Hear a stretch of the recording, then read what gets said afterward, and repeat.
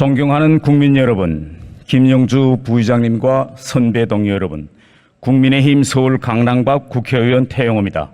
먼저 보수 진보 정권을 초월해 오직 국익 외교만을 펼쳐왔고 남북 총리회담도 직접 경험해 보신 한덕수 총리님과 현 남북 관계를 풀어갈 수 있는 새로운 접근법을 놓고 포괄적으로 논해보고 싶습니다. 총리님 앞으로 좀 나와 주십시오.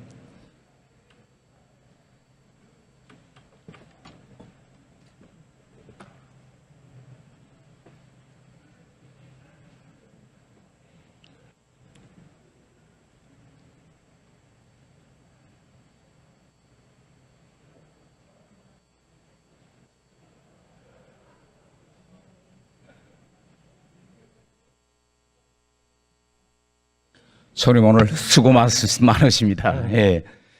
제가 방금 서두에 언급했지만은 총리님은 정말 우리나라에서 특이하게도 경제, 또 이 주미대사로서의 외교, 또 남북 총리회담 등 이 전반적인 모든 부분을 두루 다 경험하신 아주 특이한 그런 경력을 가진 분이라고 저는 대단히 존경합니다.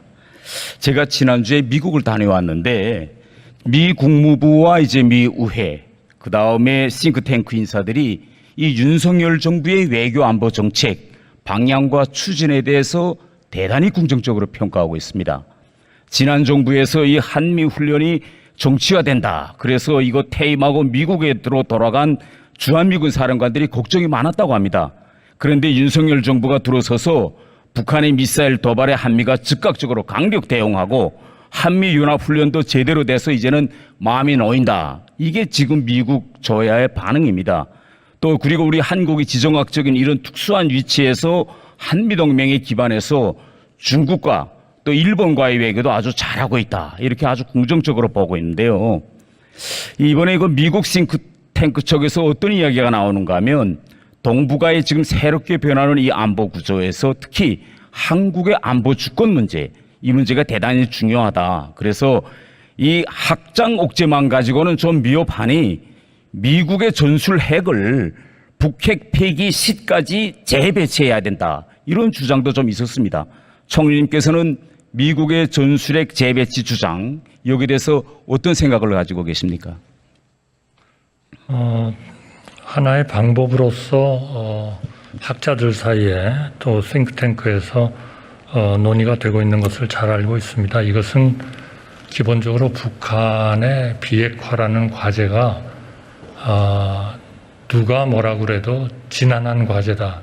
여기에 대해서 하나의 공감대가 있기 때문이다. 이렇게 생각을 합니다만 전체 국제적인 기준으로 보거나 또 우리가 앞으로 계속 북한에 대해서 비핵화를 국제사회와 함께 추구해야 하는 차원에서 봤을 때 우리가 전술핵을 국내에 배치하고 북한에 대해서 비핵화를 하자. 이렇게 얘기하는 것은 정말 그거는 우리가 북한의 비핵화에 대해서 완벽하게 우리가 포기를 하는 그런 단계가 아니라면은 좀 채택을 하는 데는 신중하는 게 좋겠다는 게 제 생각입니다. 네.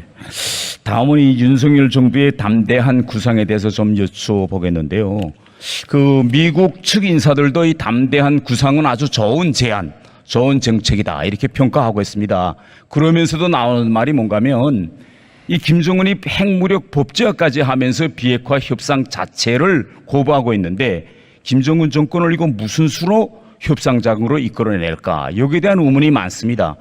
그래서 제가 만났던 이제 미 하원 차보트 의원 같은 분은 담대한 구상을 실현하기 위해서는 김정은보다도 이 중국을 먼저 움직여야 되고 중국을 움직여서 북한을 대화로 유인하는 이런 자국제로서 한미일이 한국과 일본의 핵무장에 대해서 논의하는 모습을 한번 보여주면 어떨까 이렇게 주장했는데 총리님께서는 이 한미일의 핵무장 논의 제한 이런 데 대해서는 어떻게 생각하십니까?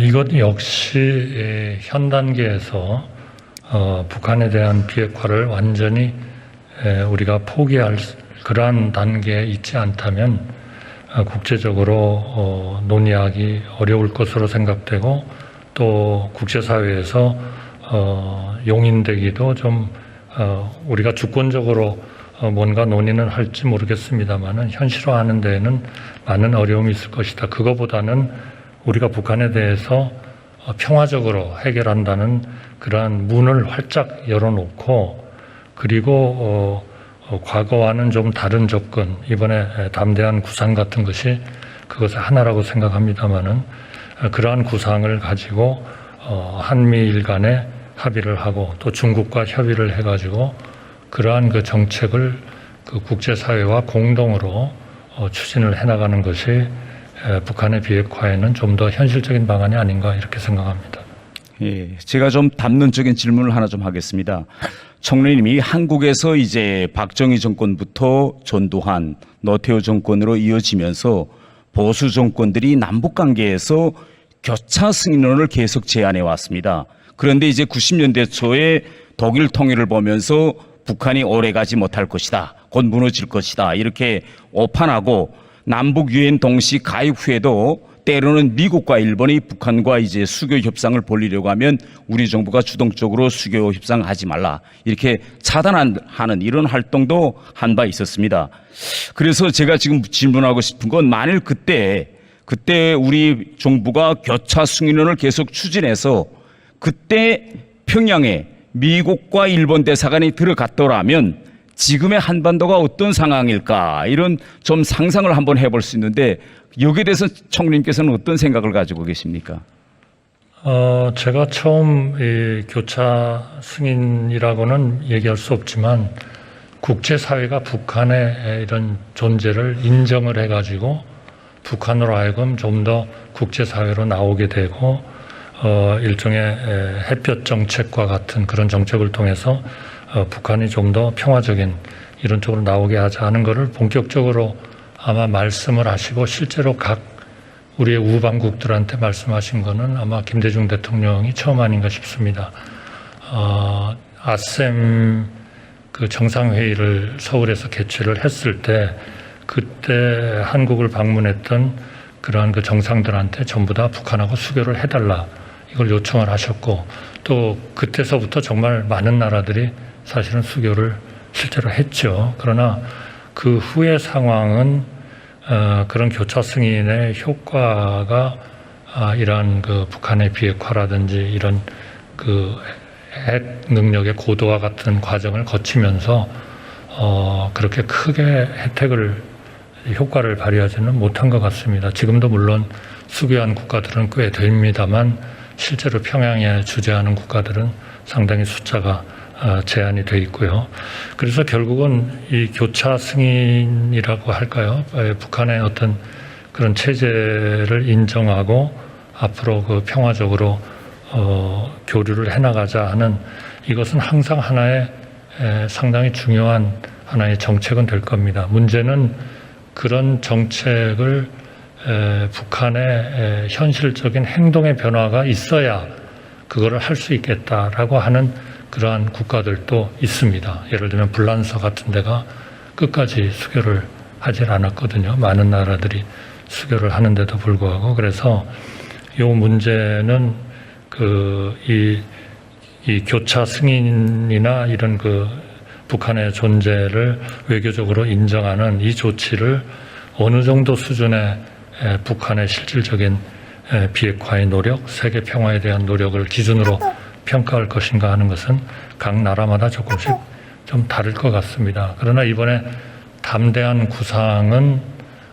좀 더 그런 쪽에 조금 더 접근한 구상 아닌가 싶습니다. 북한이 이런 비핵화에 대한 의사를 분명히 밝히면 바로 이런 그 외교적 승인 절차는 아니지만 뭔가 그런 연결을 할 수 있는 그런 조직도 필요하면은 좀 넣는 것도 같이 대단히 중요한 정책이고, 저도 그 문제에 대해서는 동의를 합니다만, 각 나라가 이 교차 승인과 같은 이런 외교적인 하나의 그 수단을 어떻게 활용할 것인가 하는 것은 다 좀 다른 것 같습니다. 네, 사실 이 교차 승인론이라는 건 이거 우리 보수 정권의 단골 메뉴와 같은 것이었는데, 저는 지금 이 북한을 담대한 구상의 협상장으로 나올 수 있도록 유인하는 이런 유인책으로서 30년 전에 이미 역사 속으로 사라져버린 이 교차 승인론을 윤석열 정부 때 다시 한번 부활시켜보면 어떨까 이런 생각도 저는 가지고 있는데, 이 교차 승인론 부활에 대해서 제가 지난주에 미국을 방문해서 미 국무부 측에 한번 제안해 보았습니다. 그러니까 미 국무부 측에서 뭐라고 하는가 하면, 이번에 바이든 행정부가 북한에 제기한 조건부 없는 대화 제안에 북한이 일단 대화장에만 나오면 북미 수교도 논의한다, 이런 포괄적 내용도 다 그 안에 들어가 있다. 그런데 북한이 대화 자체에 나오지 않으니 수교든 인도적 지원이든 뭐 논의할 수가 없다, 이렇게 이야기합니다. 그래서 제가 미 국무부 측에 그러면 한 발 조금 더 들어가서 김정은도 서명한 싱가포르 미북 공동성명에 밝혀져 있는 그런 내용 순서대로 북미 사이의 새로운 관계 수립 문제, 평화체제 고착 문제, 그다음 핵 문제, 이런 순위로 해보자 하고 이렇게 좀 더 구체적인 제안을 한번 제안해 보면 어떨까라고 국무부 측에 제안해 보니까 국무부 측에서 거기에 대한 코멘트를 하질 못하고 있습니다. 그래서 총리님께서는 한번 우리가 미국 정부 차원의 정부에 이렇게 정부적 차원에서 이런 안을 한번 제기해 보면 어떨까, 저는 이렇게 생각하는데 총리님께서는 어떻게 생각하십니까? 그 싱가포르의 합의는 그 양국 미 북한 간의 정상들이 합의했다는 점에 있어서는 분명히 뭐 중요한 그러한 그 결과임에는 틀림이 없지만, 그러나 그거를 집행하는 단계에서 어떻게 할 거냐 하는 것에 대해서는 사실은 실제로 그 사인을 한 분들의 기본적인 전략은 좀 전혀 달랐던 거 아닌가. 말하자면 일종의 그 뭐 bid ask 프리미엄이라고 부르나요? 하여튼 서로가 원하고 줄 수 있는 것들이 좀 달랐다. 그러니까 거기에 그 싱가포르 협상에서 이야기하는 몇 가지 네 다섯 가지의 해야 할 조치의 우선순위에 있어서 저는 그거는 미국과 북한의 생각은 굉장히 좀 아직도 갭이 있는 거 아닌가, 이렇게 생각이 들었어요. 아마 그런 그 갭을 좁히는 일이 굉장히 중요한 일이다, 이렇게 생각을 합니다. 네, 사실 이거 선수교 후 문제 해결 이 방식은 이거 키신저가 중국에 제안했던 이 키신저 방식인데, 지금 미국에서는 이 키신저 방식에 대한 비판적인 그런 기조가 대단히 강합니다. 그런데 만일 현 시점에서 미국이 북한에 수교하자라고 하면 북한이 중국처럼 이 수교 제안을 선뜻 받아들일까요?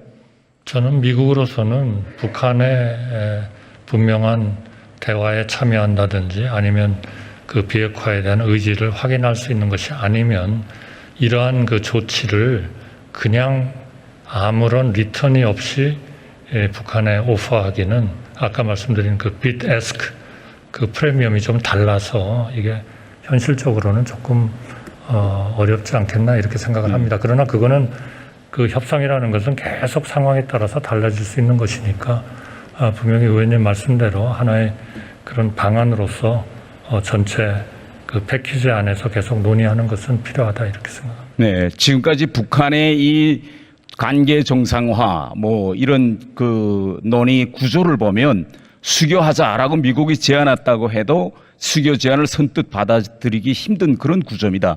북한은 항상 수교 협상하자 하면 제일 먼저 요구하는 것이 한미연합훈련 중단, 뭐 전략자산 한반도 반입 금지, 대북 제재의 부분적 해제, 소위 북한이 이야기하는 적대시 정책 철회부터 토론하면서 수교 절차로 가자. 이게 북한이 지금까지 수십 년 동안 유지되어 오던 이런 도식인데, 제가 이야기하는 건, 하고 싶은 건 이런 겁니다. 지금 김정은이가 비핵화 협상에 나가지 않겠다, 이렇게 북한 주민들을 향해서 다 선언했기 때문에 밑에 협상파들, 실무진도 그 어떤 제안을 해도 나올 수가 없습니다. 나오면 목을 치겠는데 어떻게 나오겠다고 하겠습니까? 그래서 제가 지금 생각하는 건 뭔가 하면, 이 수교 협상이라는 이런 안을 제안하고 협상장에는 수교 협상장라는 문표를 걸어놓고 일단 협상안에 들어가면 북한이 이런 제안을 할 때마다 우리는 결국은 대북 제재라든가 한미연합훈련이라든가 이건 다 북한의 핵문구에 관련되어 있거든요. 그렇기 때문에 자연히 수교협상장 안에서 북한 비핵화 문제 논의에 들어갑니다.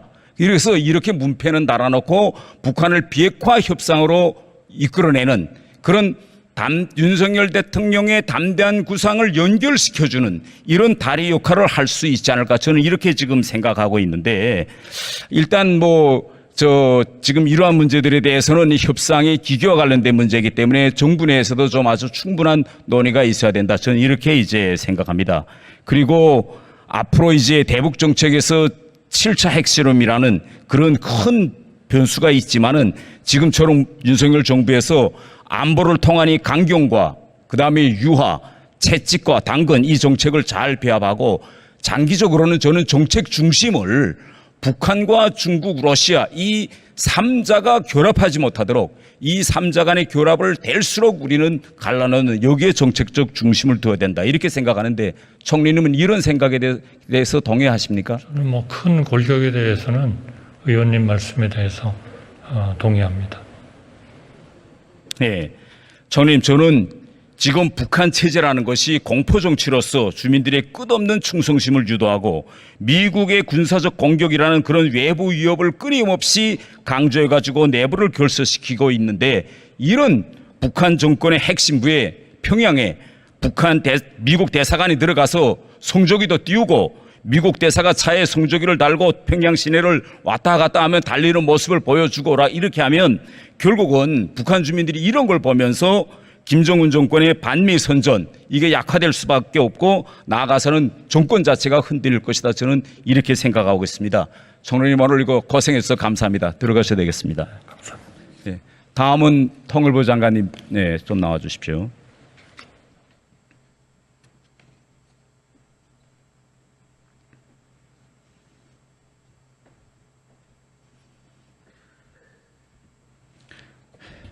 예, 장관님 통일부 장관입니다. 예. 지금 장관님 남북 통신선이 가동되고 있습니까? 예, 뭐 부분적으로 가동되고 있습니다만은 그냥 뭐 형식적인 이 정도로 유지가 되고 있지 실질적으로 의미 있는 소통이 되고 있지는 않습니다. 뭐 잘 아시다시피 지난번에 5월 16일 날 우리가 보건 협력을 코로나 발병 이후에 북한 지역에 보건 협력을 위해서 회담을 하자 했을 때 그 통지문도 받지 않았고 얼마 전에 이산 가족 상봉을 위해서 당국자 간 회담을 하자 하는 부분에 있어서도 통지문을 받지 않았습니다. 그래서 좀 아쉽게 생각을 하고 있습니다. 우리가 팩스를 보내면 팩스는 북한 쪽에 전달되는 거죠. 팩스를 이제 통지문을 보내겠다 얘기하고 그러면 그쪽에서 알았다 그래서 보내고 이런 식이 돼야 되는데 네. 이제 그 전에 지금 다 차단이 되고 있습니다. 예.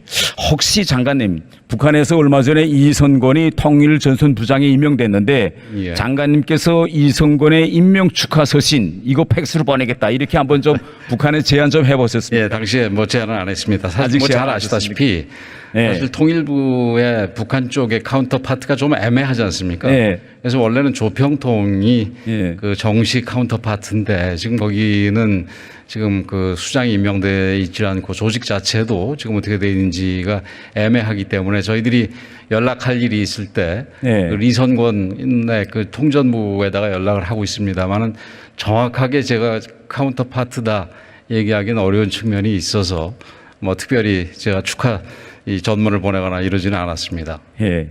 제가 지난주 미국을 방문하면서 이제 비공식적으로 들은 이야기인데 예. 미국은 지금 북한과 대화가 꽉 막혀 있고 아무런 서신거래도 안 되고 있음에도 불구하고 최선희가 북한 외무상으로 임명된 이후에 임명 축하 서신을 보냈다고 합니다.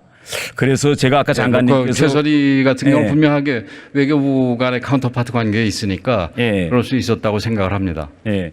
그래서 아까 장관님께서 저희 윤상현 의원이 질의할 때 답변 과정에서 남북 대화가 이루어지도록 대화의 문은 계속 두드리겠다 이런 취지로 말씀하셨는데 전 통일부에서도 좀 이런 인사 변동 같은 거 있을 때 이런 거 뭐 축하 팩스 한번 보내겠다 이렇게 좀 한번 제스처도 취해보는 게 필요하다. 저는 이렇게 생각하는데 어떻게 지금 듣고 보니까 우리 태영호 의원님 좋은 생각인 것 같아서 앞으로는 저희들이 충분히 고려해서 적극적으로 하겠습니다. 우리가 솔직히 승진했거나 출세했을 때 축하한다라는 연합체 참석처럼 미국에 다녀왔는데 30여 개국 나라에서 60여 명이 참석했습니다.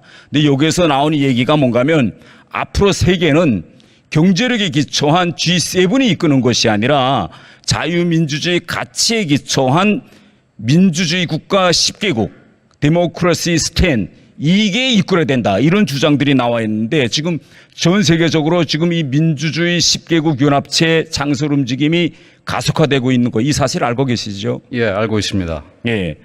제가 왜 오늘 전적으로 동의합니다. 예. 지금 뭐 수많은 나라들이 있고 경제 부국 중에는 민주주의가 제대로 자리 잡힌 나라도 있고 그렇지 않는 나라도 있습니다만은 경제가 중요한 게 아니라 이 가치 자유민주주의라든지 이런 그 인권이라든지 이런 가치를 중시하는 게 매우 중요하다 이렇게 생각이 됩니다. 그런 예, 그러니까 나라들이 결국 세계 질서를 경제력에 기초하지 않고 이제는 가치에 기초해서 주도한다 이런 이야기인데 여기서 제가 이런 이야기가 나와서 깜짝 놀랐습니다. 대한민국이 이 D10에 들어와서 좀 주도적 역할을 해달라 이렇게 제기하는 의원들이 있습니다. 그래서 왜 대한민국이냐 물어보니까 이분들이 하는 말씀이 뭐냐, 대한민국처럼 식민지도 경험하고 전쟁도 겪고 또 경제적 기적도 이렇고 이번에 대선 보니까 대선 기간에 그렇게 치열하게 경쟁하지만 선거가 끝나니 딱 승복하고 바로 정리되는 이런 민주주의를 바라보고 싶다 지금 나라들이. 그런데 미국의 의사당 공격 사건 이거 보고 미국 민주주의는 이젠 한계점이 이르지 않았느냐. 그래서 대한민국의 이 민주주의에 대한 관심이 대단히 커지고 있다. 좀 이렇게 봤거든요. 이런 자랑스러운 일이고 예. 우리 국민들께서 만들어 주신 거기 때문에 우리 공직자를 포함해서 다 이게 감사하게 생각해야 될 거라고 생각합니다. 근데 제가 이 이야기를 들으면서 좀 마음 한구석에 좀 찔리는 데가 있었습니다. 이런 이야기를 하시는 분들이 우리나라의 민주주의 구조에서 아직도 국민의 기본권, 알 권리 이런 걸 좀 침해하는 이런 제도적인 장치가 있다는 걸 모르시더라고요. 그래서 장관님께서는 이러한 점에 우리 민주주의를 완성하는 부분에서 국민의 기본권, 알 권리를 침해하는 어떤 부분들이 좀 있다고 보십니까? 어느 부분 말씀하시는지 뭐 대강 알겠습니다만 지금 이 분단 관계, 이 한반도의 특수사 공상 여러 가지 제약이 아직도 남아 있습니다. 그 중에 하나가 아마 그 방송이라든지 이런 그 언론 개방과 관련된 부분이라고 생각이 되는데 그 부분에 있어서는 우리 지금 대통령 공약 중에도 그런 부분이 들어가 있었고 또 그 이후에 정부가 출범한 이후에도 방송과 그 언론 부분에 대해서 우리가 선 개방을 하겠다는 얘기를 한 바가 있습니다. 그래서 지금은 이제 기술적인 부분하고 또 제도적인 부분도 우리가 생각을 해봐야 될 부분이 있습니다. 그 예를 들면 국가보안법 문제라든지 기타 관련 행정법규 중에 북한 그 방송들을 선 개방을 했을 때 그 다른 법에 저촉되는 부분이 무엇들이 있는지 이런 부분들에 대해서는 세세하게 검토를 해서 미리 그 좀 정비를 할 필요가 있기 때문에 지금 작업 중에 있습니다. 예, 제가 이 북한 통신 방송의 선제적 개방 이와 관련한 세미나를 국회에서 한 번 했는데 이거 한 다음에 제 태영호 빨갱이다, 이중 간첩이다라고 지금 욕을 지금 제가 바가지로 먹고 있거든요. 그래서 저는 이 장관님께서 좀 이 부분에 진짜 우리 민주주의를 더욱 완성하는 부분에서 통일부 장관이시지만 남북 관계뿐만 아니라 우리 민주주의 완성 분야에서 지금 분단이란 특수관계에서 더 우리가 개선해야 될 부분이 없는가 좀 더 들여다보시면 좋겠고, 좀 고무적인 이야기는 북한 방송 통신 선제적 개방과 관련한 최근 여론조사를 했는데 우리 국민의 76.7%가 선제적 개방을 지지한다는 이런 여론조사가 나왔습니다. 이와 관련해서도 장관님께서 조속히 필요한 조치들을 취해 주시면 감사하겠습니다. 예, 이제 우리가 무조건 수세적이고 방어적이고 그럴 때는 지났다고 생각이 됩니다. 우리 국민들의 안보 의식이라든지 여러 가지 의식이 굉장히 성숙하기 때문에 북한 언론과 통신, 그다음에 방송을 개방했을 때 뭐 안보적인 우려가 있다라는 거는 지금 말씀하신 여론조사에서 보여지듯이 그거는 이제 좀 우리가 걱정을 안 해도 될 부분이고, 그 마찬가지로 우리 저도 그 얘기를 했더니 무슨 저도 빨갱이라는 얘기를 듣고 있습니다만은 뭐든지 새로운 길을 갈 때는 좀 쉽지 않은 그 비판이라든지 저항이 있다라는 부분을 충분히 알고 있으니까 그게 결국은 우리 국가와 국민에게 도움이 된다면은 그런 비판을 감수하고라도 그 길을 그 열어 나가는 게 필요하다고 생각이 됩니다. 노력하겠습니다. 예, 감사합니다.